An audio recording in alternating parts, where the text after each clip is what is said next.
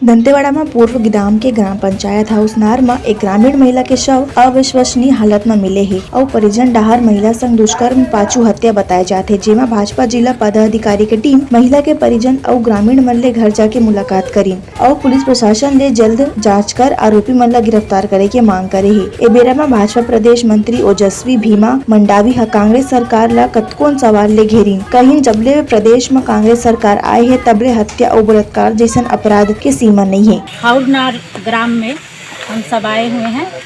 यहाँ रविवार के दिन एक बहुत बड़ी घटना हुई थी, जिसमें एक सावित्री बेंजाम करके महिला थी जो नहाने के लिए शाम 6 बजे गई हुई थी।